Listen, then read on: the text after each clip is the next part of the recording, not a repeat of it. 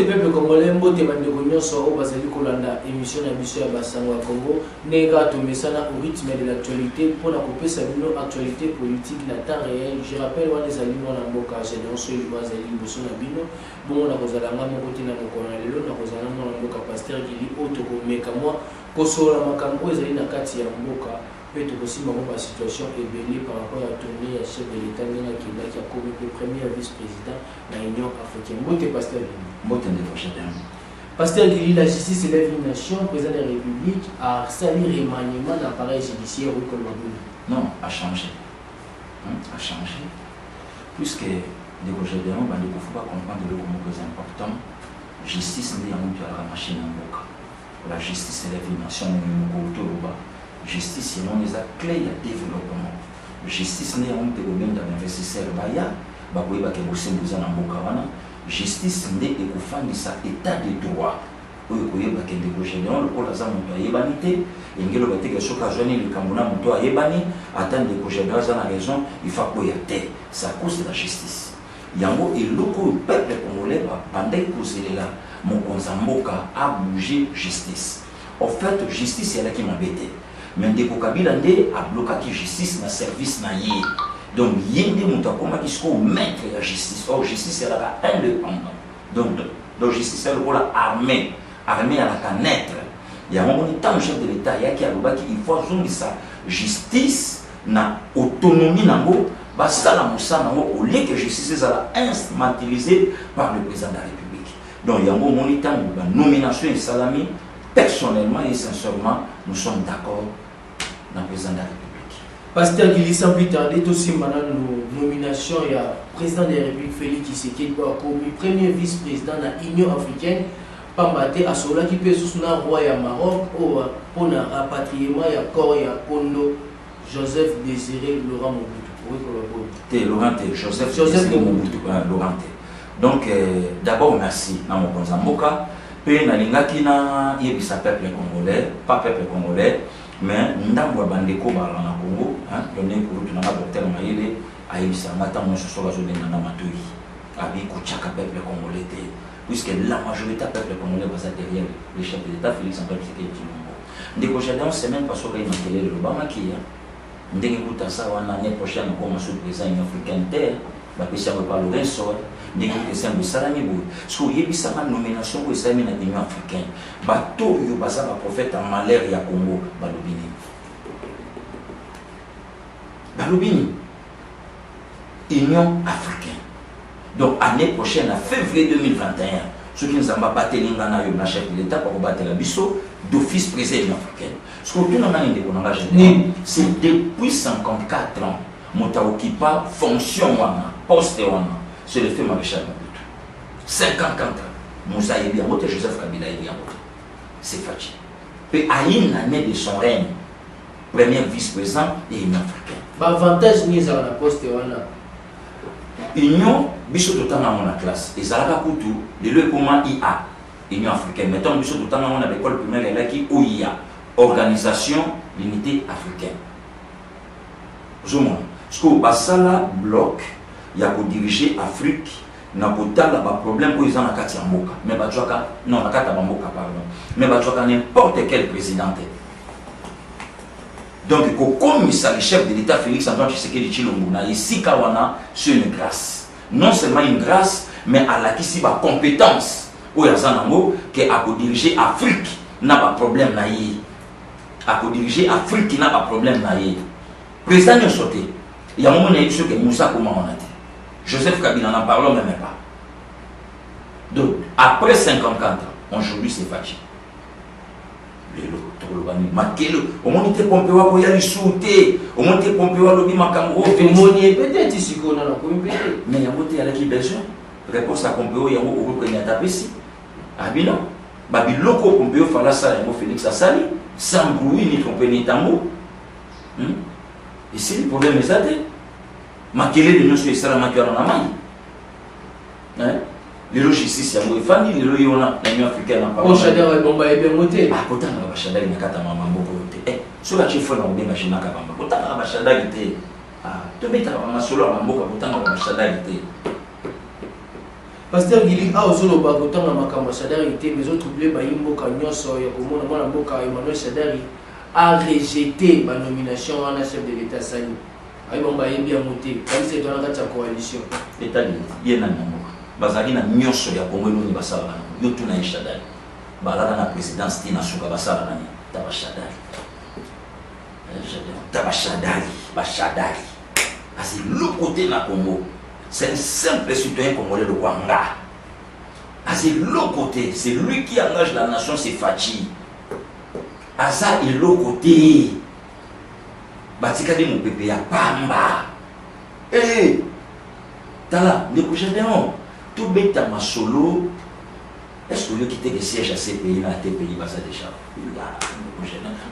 Tu refouler n'a pas été, même si siège à ces pays, à tes pays, ça déjà. Mais tu refouler n'a pas été. Quand c'est continué, ma bonne continue. Alors, il y a senga justice na Congo vanda Congo la samba na kata Congo. Le Roger de ça m'a séqué, pas fini. Ah, Bosco Tanganda kuna Satan. Il faut Kabila qui va comparer ma Bosco Tanganda na Oyakolo. Na mort des experts. Laurent Gbagbo Kangama, Laurent Gbagbo, Asanga papier mouchoir, Zungu Tamotoki, ne le Nyanguluti na pantalon Kabila. Laurent Gbagbo, Simon Gbagbo Kangama, bon Kabila. Et de Roger dans le film de Bandi. Film de Bandi. Parce que est-ce que priorité est d'aller au Kabila, tu es allé pour faire développer ces pays? Na lobby na yo Kabila au Kamana Matambo, il y a yé Kabila n'a pas problème, il y a yé. Pour faire développer Congo n'a rien à voir avec Kabila, même sur la Sao. Mais Kabila, je crois que ça n'a pas de problème, il y a la justice internationale. Il va interpeller pour nous. Tandanga Satangi. Alors, tous les Bamakambo Otobandé pour ça, c'est Kabila. Si vous faut pas dire Kabila, va comparer Makambo Otanganga, Lobina Oyakoloba. Or, Kabila, ça a un dossier, Libanda, depuis 96, ça va massacrer à Makobola. Dans 96, Kabila avait 25 ans. Dans 96, Alain a 25 ans. Bon, c'est le problème, ça. Dans le Bina, j'ai connu qui toque au Fachi, premier vice-président africain. Parce que le bateau, il y a ce balobagi, au cours de 2021, il était. Et comme il aurait une information sur la mort. Dans sa main, dans Boutou, dans Kindoki. L'information, le loba qu'on a vu sur Internet, comment on peut ça, est réunion sur un mot. Par la place, parce que là, va monter. Et, les projets d'ailleurs, tout pour ça. Tout pour ça. Pasteur Guilito a avancé sans plus tarder, toujours avancé par rapport à l'ordonnance présidentielle, il y a le président a aussi nommé magistrat, a aussi nommé procureur pour des cassations. Il fallait la contre-signer par Premier ministre. Le Premier ministre a signé le président de la République, Némi Mounanja, très fâché. Fâché contre qui? Contre l'acte que le président de la République a sali, pourquoi pas, le Premier ministre a signé encore dans les matières. Il fallait qu'il signe à moi. Il fallait signer dans la matière. Si vous placez à signer les amis. La présidence. Si vous y avez aimé dans 4 amis. Vous avez voulu dans l'ordre, mais il y a des ordres. Oh, papa. Il y a Némi dans 4 ni muta signé, muta contre-signé, Premier ministre. Parce qu'il y a Némi, il y a Némi dans 4 amis. Et négociateur, parce que vous n'avez pas politicien. Dans le bilan, parce que vous n'avez pas politicien. Voilà politicien, Fachi Beto, Biki Rouge, les bandits. Il y a un temps où ça peut être prophétie, tu vas te mettre accomplir la prophétie, tu vas donner mon amal. À ça, prophétie, le 13 décembre 2020, année à action. Il y a des gens qui ont dit que les Bambani na Senga Thompson local na action na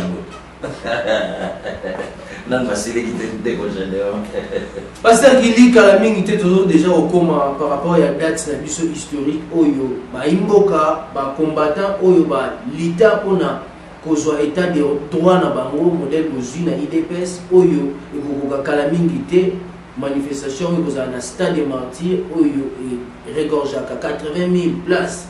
Il y a au président de la République à Koya. Est-ce que l'IDPS est capable de retourner ça? Comment est-ce que je suis plein de beaucoup de l'IDPS? De quoi je dis, Petra m'a sauté. Non, pour que ce soit date. Le 24 janvier 2019, qui est sa ville là-bas? 11 000, 12 000.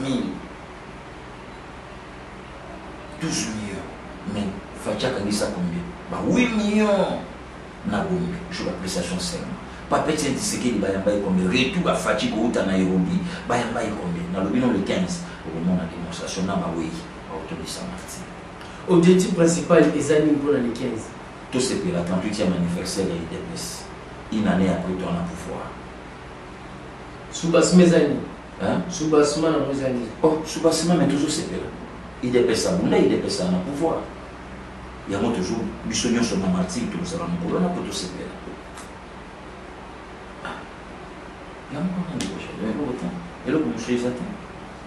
Pasteur Guili, par rapport, il y a des propos sur les amis pour les Kanamboka, il y a opposition, Tino Lelo, Oyo, Mwanamboka, Jean-Pierre Bemba, Mwanamboka, Moïse Katumbi, Babandino Peka Moussate, beaucoup la porte-parole de l'opposition que vous non, non, parce que le problème est là qui est bakotande nakati opposition le fils eyebana biloko yo mobutu alingaki yango te biloko na Mose ezalaki te biloko na Kabila ezalaki te eye kobima na Fachi rien à dire opposition ça l'a reconnu et fanda na kata d'institution de Gédéon et contrôler pouvoir maloba mokonzi ngaite maloba mokonzi Félix Antoine Tshisekedi Tshilombo opposition et vendre dans la carte d'institution et contrôler le pouvoir. Quel privilège!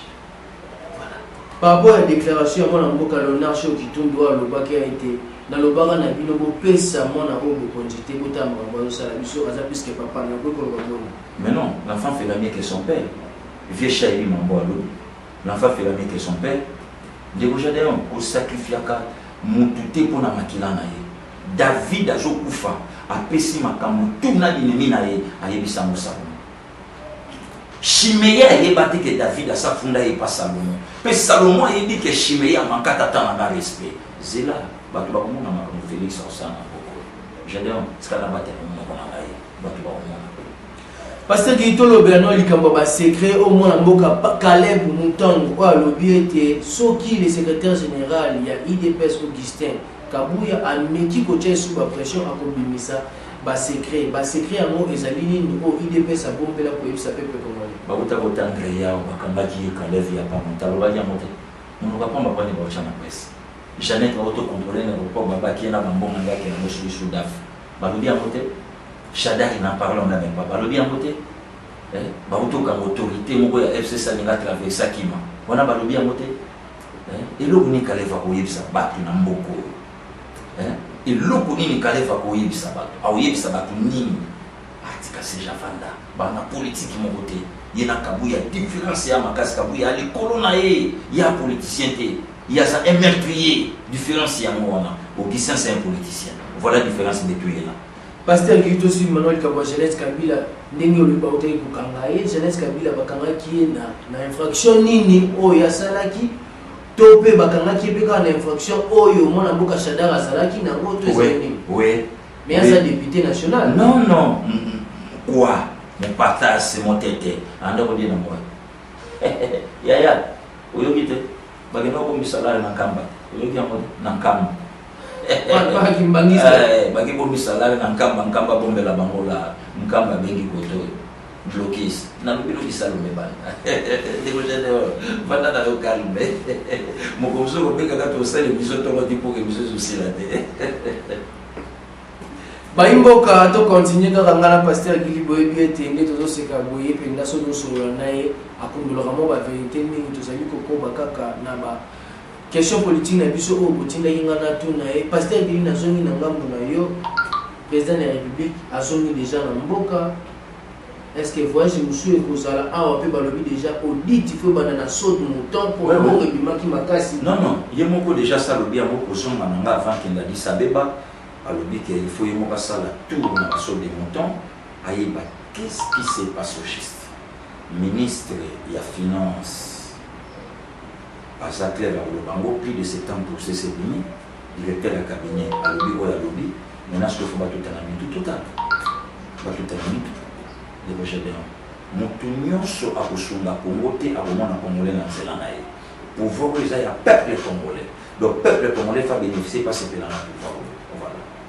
Pasteur Guili, est-ce que le président de la République a livré Dirkab Naye pour te éviter Zolo président a livré tes justice. Ah bon, il y a 15 millions. Tes justice c'est ça Moussa. Est-ce qu'il y a 15 millions de na lobby na yoto c'est la justice de Gédéon. ceux qui décapent chef de l'État ça inclut dans kata makambo justice aussi bon ministre il y a finance au banga niveau kasi on a lobby il y a lobby mon tableau tranché c'est la justice tout c'est la justice ceux qui directeur la cabinet chef de l'État tanami justice c'est ça nango à chacun sa peine oh pesa quoi pour déposer avec le baba tout c'est la justice ça nous ça ceux qui batanglier wana ngana to ça l'émission mo mana woye biso ba vérité mususu c'est qu'on a battu le monopole justice ça qui est droit pour des pères le bibatu nanga woye ba ki amwapi na battu le maloba nanga tout c'est la justice ça s'est prononcé bana mboka tout c'est la justice ça s'est prononcé na affaire wana ya baso mutombo moto yeba penda nani oyo ayibi mbongo nani oyo penda bakokanga eme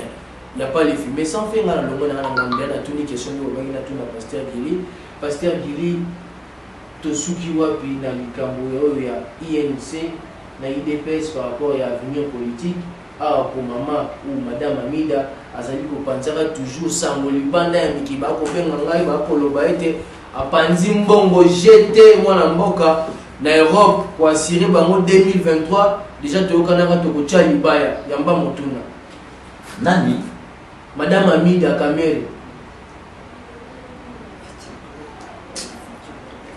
future première dame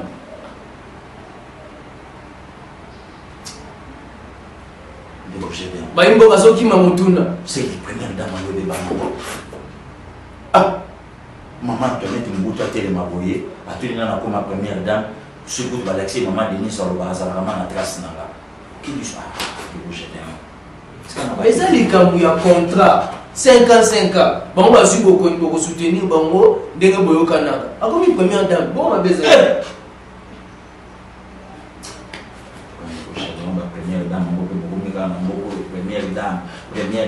première dame ah ndeko chadeur bibi zalendi nazana posa kulobate début à semaine et comment ce lobi bachi batuna sela luka misali zebele première dame ah ndeko chadeur on tala pe parcours amituko ah n'a pas tellement maluba mais mounio sera passé na ata yo wana zabe na passé na président de la République zabe na passé na ah ndeko chadeur première dame ya mboka République démocratique du Congo. Oui, à Bissau. Oui, à Bissau. Contre le pays Mamboka. Première dame Amida. Amida. Ah Baïmboka, ils ont début à semaine, Mamboka Pasteur Gili, Abo il est Koloba, pour contrat et salité.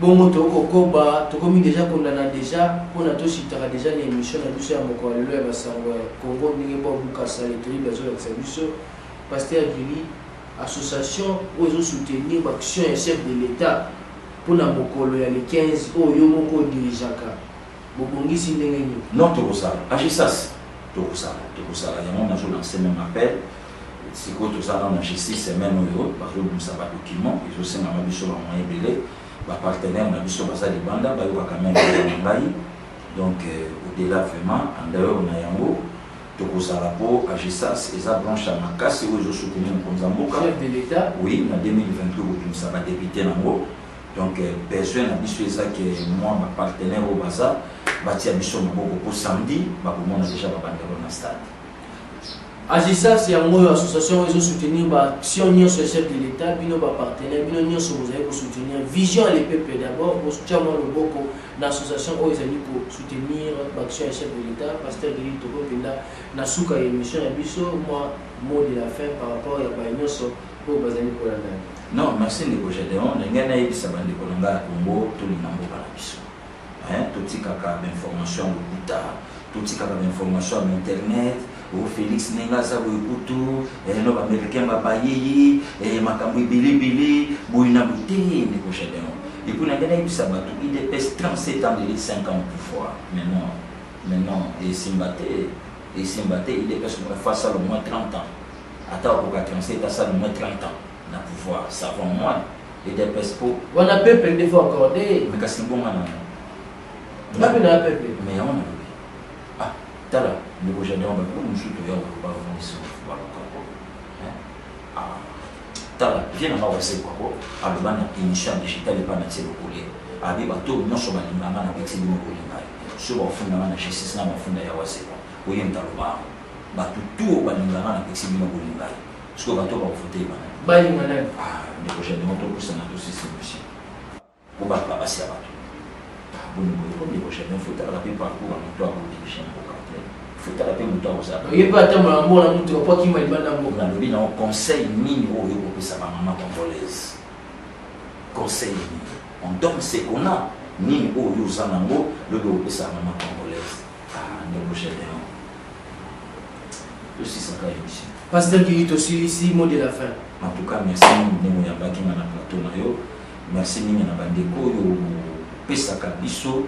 litoi na bino pour na koyoka biso vraiment merci Jika de Genève merci papa Justin qui soit bantu merci mingi Rebecca Beki depuis Berne merci Jolie Seya en tout cas tous ensemble Henriette la maman double brassard il n'y a pas de souci donc je dis bonjour à papa Bena Okito donc il y a Kem Simoïbo qui l'a reconnu il y a Charlie Béa donc voilà bon, depuis des semaines à Carlos Melolo, Roger Luma, Jean-Michel Okio, Mouki Katanga donc voilà quoi donc Jacques Sayala, Yves Lamba, Chudabis.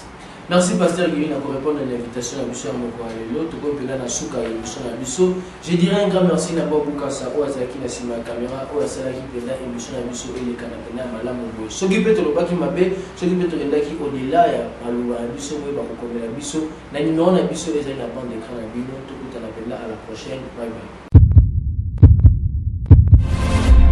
Eshima, votre magazine qui bat au rythme de l'actualité. Une réponse à vos besoins en information, un éclairage dans divers domaines. Impartial, documenté, instructif. Eshima au cœur de l'info. Retrouvez la nouvelle édition. Exclusivité, Sakumbi Molendo, le réformiste qui vient stopper l'hémorragie, suspension des fonctionnaires peu intègre, numérisation des titres fonciers et climat de confiance avec les collaborateurs, le nouveau gestionnaire des terres congolaises fixe les nouvelles règles de jeu. Focus, Lambert Mindi, Omalanga, le souverainisme comme un dogme. Redressement délaissé, Tomaluaka Losenjola, l'homme de la situation. Dossier Eshima, fini les vacances, vive les rentrées. De la politique au judiciaire, en passant par les scolaires, les derniers trimestres de l'année 2019 en RDC est décoiffant. Économie, BCC, un cadre des rétrocommissions et détournements à passer au peine fin. Découverte, Claude Ibalanki et Colomba, les coordonnateurs du MNS au centre de l'action de Félix Tshisekedi dans le Grand Lac. Les dialogues et pourparlers en RDC qu'en tire le peuple. Tubaou, la clé de la mythologie kassaïenne. Retrouvez l'intégralité du magazine Eshima dans les kiosques. Eshima Magazine, un nouveau standard d'information.